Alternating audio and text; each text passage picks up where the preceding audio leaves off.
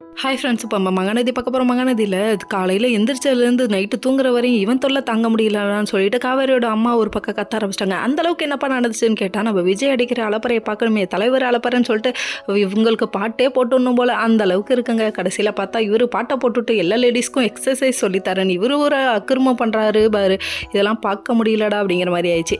அதுக்கப்புறம் கீழே போனால் ஹவுஸ் ஓனர் ஒய்ஃபுக்கு எல்லாத்துக்குமே சேர்த்து சொல்லி கொடுத்துட்ருக்காங்க. வேறு வழியே இல்லையே, இவங்கள்ட்ட போய் கம்ப்ளைண்ட் பண்ண வந்துடுமேன்னு தலையில் அடிச்சுட்டு இவங்க மேலே வந்துட்டாங்க. நம்ம பாட்டி ஒரு பக்கம், காவேரி உன் புருஷன் அடங்கவே மாட்டானா அப்படின்னு சொல்லிட்டு கண்ணா பின்னான்னு கத்துறாங்க. ஐயோ பாட்டி இப்படி கண்ணா பின்னான்னு போட்டு கொடுக்குறியே அப்படிங்கிற மாதிரி ஆயிடுச்சு அவங்களோட ரியாக்ஷன். மேலே வந்ததுக்கப்புறமா நம்ம விஜய் ஒரு சம்பவம் பண்ணுறாரு. என்ன சம்பவம்னு பார்க்குறீங்களா?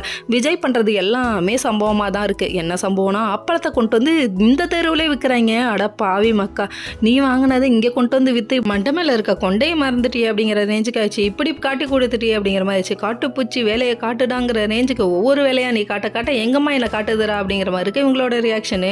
ஏன்னா நம்ம கங்கா இருக்காங்களே, அவங்க வந்து மேலே சொல்கிறாங்க, என்ன காவேரி இப்படி நடக்குதுன்னு சொன்னதுக்கப்புறமா அவங்க அம்மா, ஏண்டி அந்த பையன்ட்டு கொண்டு போய் அப்பளக்கட்டை கொடுத்துருவன்ட்டு அப்படின்றாங்க. ஒரு அளவுக்கு தான் நான் பொறுமையாக இருப்பேன், என்னை எந்த அளவுக்கு சந்தேகப்படுற திரும்ப நீ அப்படிங்கிற மாதிரி ஆயிடுச்சு.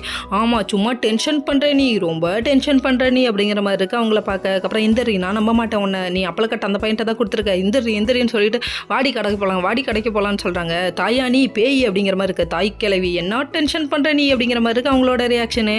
ஏன்னா அந்த அளவுக்கு குடும்பப்படுத்துறாங்க. ஒரு கங்கா ஒரு பக்கம், ஏமா நம்ம வீட்டு விஷயத்தை இன்னொருத்தவங்க முன்னாடி போய் பேசலாமா, இது ரொம்ப தப்புமா, இப்பெல்லாம் பண்ணக்கூடாதுமா, அது அசிங்கமாக போயிடும் அப்படின்னு சொல்கிறாங்க. இப்படி சொல்லி தாண்டி உங்களை விட்டு ஓவர் ஆட்டம் ஆடுறீங்கடி, என்னால முடியாதுன்னு சொல்லிட்டு ஒரு பேய் ஆட்டம் ஆடிட்டாங்க நம்ம கங்காவோட அம்மா.